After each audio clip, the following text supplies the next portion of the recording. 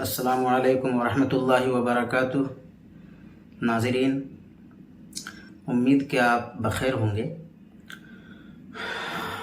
آج ہم جس موضوع پر بات کرنا چاہتے ہیں اس پر علماء اور واعظین مبلغین نے جو غلط بیانیاں کی ہیں وہ بہت ہی قابل افسوسناک، چونکہ لوگ بیان تو کر دیتے ہیں، بہت ساری باتیں کہہ دیتے ہیں، لیکن قرآن و حدیث کی روشنی میں یہ باتیں بہت غلط ثابت ہوتی ہیں۔ اس لیے واعظین کو، مبلغین کو، مقررین کو چاہیے کہ کوئی بات سند کے ساتھ اور مضبوط دلائل کی روشنی میں کرے تو پھر وہ بات بہت ہی مضبوط ہوتی ہے اور لوگوں کے لیے ہدایت کا ذریعہ بھی بنتی ہے۔ جیسا کہ حضرت ایوب علیہ السلام کے بارے میں علماء نے یہ مشہور کر رکھا ہے، بلکہ بہت سی تاریخی روایات کو، جیسا کہ بہت سی غیر معتبر تفسیر کی کتابوں میں چونکہ ان کا یہ واقعہ نقل ہو گیا ہے کہ حضرت ایوب علیہ السلام کو اللہ تبارک و تعالی نے کوڑھی یا پھر جذام کی یا برس کی بیماری دے دی تھی اور ان کے جسم پر کیڑے پڑ گئے تھے، نعوذ باللہ۔ دور دور تک قرآن و حدیث میں اس کی کہیں کوئی صراحت نہیں ملتی، حدیث میں تو کوئی اس کی تفصیلی بات ملی ہی نہیں، اور قرآن نے تو اس کو بیان ہی نہیں کیا۔ قرآن نے صرف اتنا بیان کیا کہ ایک بیماری لگی تھی، اور یہ بیماری بڑے لمبے عرصے تک، ایک قول کے مطابق 3 سال تک آپ بیمار رہے، اور ایک قول کے مطابق 7 سال تک، اور ایک قول کے مطابق 18 سال تک بیمار رہے۔ جب بیماری بڑھتی گئی، شدت پکڑتی گئی، تو سارے لوگوں نے اس کا ساتھ چھوڑ دیا، اولاد ختم ہو گئی، مال مویشی جائیداد باغات اللہ نے بے شمار دے رکھے تھے، بڑے مال و دولت کے مالک تھے، لیکن سب کچھ ختم ہو گیا۔ امتحان بڑا سخت لیا گیا۔ صرف ایک بیوی ان کی خاطر و مدارات کے لیے رہ گئی تھی، اب وہی بیوی دوسروں کے یہاں کام کر کے جب کچھ کھانے پینے تک کو نہ رہا، ایک روٹی بھی کہیں سے نہیں مل پائی، تو دوسروں کے یہاں سے کام کر کے لا کر اپنے شوہر کے منہ میں نوالے ڈالتی تھی۔ وہ قابل تعریف بیوی۔ کیا لوگوں نے اس طرح کی جو بات کہی ہے تو وہ کہتے کہ ہاں حدیث میں تو نہیں، لیکن بعض آثار سے یہ پتہ چلتا ہے کہ اس طرح کی بیماری ہو گئی تھی۔ نعوذ باللہ، نبی تو یقیناً وجیح، مکرم، باوقار، خوبصورت، حسین اور جمیل ہوتا ہے۔ نبی کے چہرے میں کشش، جاذبیت، خوبصورتی اور اس میں کھینچنے کی صلاحیت ہوتی ہے، تاکہ امت ایسے شخص کے چہرے کو دیکھ کر بھی قریب آئے، جائے کہ ان کو اتنی بڑی بیماری لگے جو ان کی نبوت کے فرض منصبی کے خلاف ہے۔ نبی اس لیے بنتا ہے کہ اس کا فرض منصبی یہ ہے کہ لوگوں کو عام دعوت دے، ہدایت کو عام کرے۔ جب اس طرح کی بیماری ہوگی تو ظاہر بات ہے امت کٹے گی، امت قریب نہیں آئے گی، نفرت کرے گی۔ کیڑے اتنے پڑ گئے، اس کو کوڑے دان پر ڈال دیا، وہاں پڑے رہے، بدن سڑنے لگا، کیڑے بے شمار ہونے لگے، بدبو پیدا ہونے لگی۔ نعوذ باللہ، نبی کی شان کے بھی خلاف ہے، اور یہ بات عقلاً بھی نہیں مانی جا سکتی، نہ روایتاً یہ بات سمجھ میں آتی ہے، نہ درایتاً، نہ عقل اس کو تسلیم کرتی ہے، نہ قرآن و حدیث اس کو مانتی ہے۔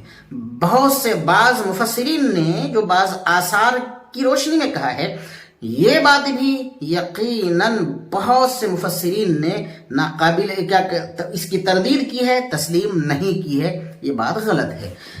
اب یہ ہے کہ سوال کہ کتنے دن تک یہ پریشانیاں رہیں۔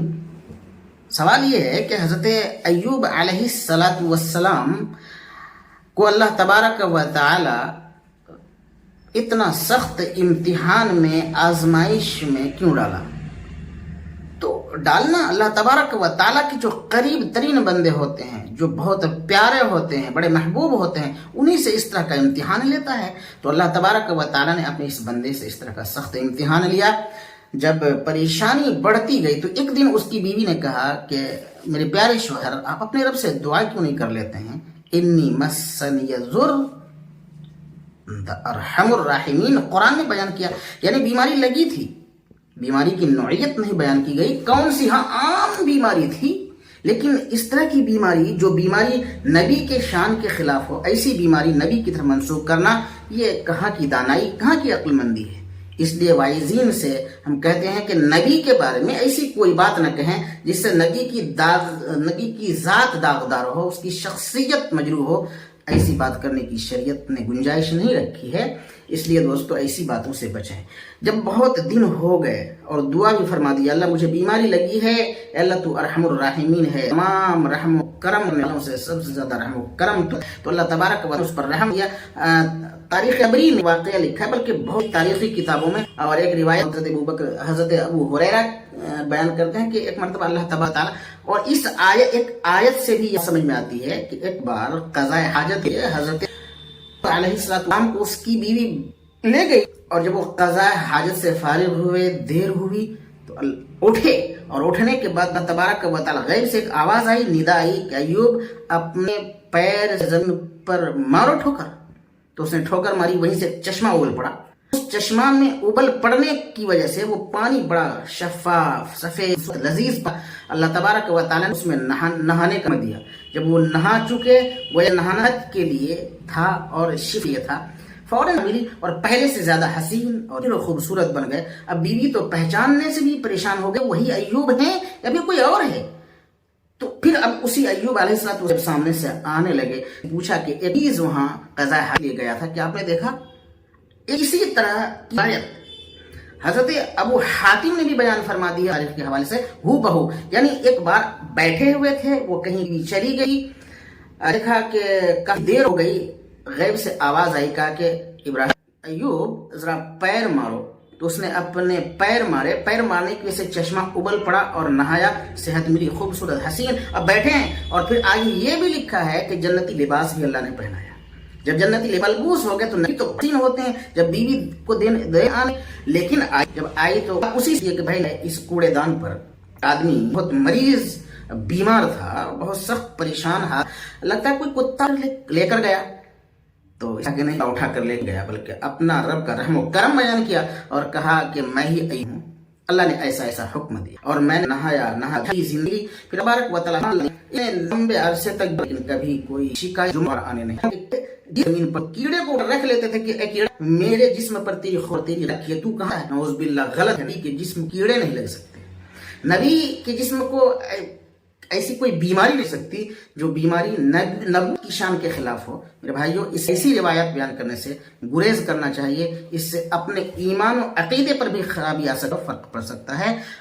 ایک اللہ تبارک و تعالی نے ایسا نوازا پھر کہ ایک مرتبہ کا واقعہ ہے کہ اللہ تبارک و تعالی سونے کی ٹڈی کی بارش کر دی. لوگ سونے کی ٹڈی تمہیں دیتے ہیں. چونکہ ساری جائیداد ختم ہو گئی تھی، اولاد مٹ چکی تھی، ساری دولت ختم ہو چکی تھی، تو اللہ تبارک و تعالیٰ نے حوصلہ افزائی کے طور پر اپنے نبی کو سونے کی ٹڈی کی بارش اپنے نبی کے لیے فرمائی. اور وہ ساری ٹڈی کو اٹھاتے تھے اور کپڑے میں، دامن میں، یہاں وہاں لپیٹ رکھتے تھے. اللہ تبارک و تعالیٰ کی طرف سے آواز آئی، ایوب کیا بات ہے، کیا تم کو سیر نہیں ہوتی، کیا تم سیر نہیں ہوتے ہو؟ کہا کہ اللہ تعالیٰ تیری نعمت سے کون سیر ہو سکتا ہے، تیری نعمت جتنی ہو وہ تو کم ہے. تو میں تو ایک نبی ہونے کے ناطے آپ کی نعمت سے تو بہت زیادہ فائدہ اٹھانے کا حق ہے. اس لیے یہ کیا کہتے ہیں امتحانات جو تھے بہت سے تھے. تبارک و تعالیٰ نے جو امتحان لیا میرے بھائیو بہت کٹھن اور امتحان تھا، 100% کامیابی حاصل ہوئی اور حکایت تک کا ایک جملہ زبان پہ آیا. ہمیں اللہ تبارک و تعالیٰ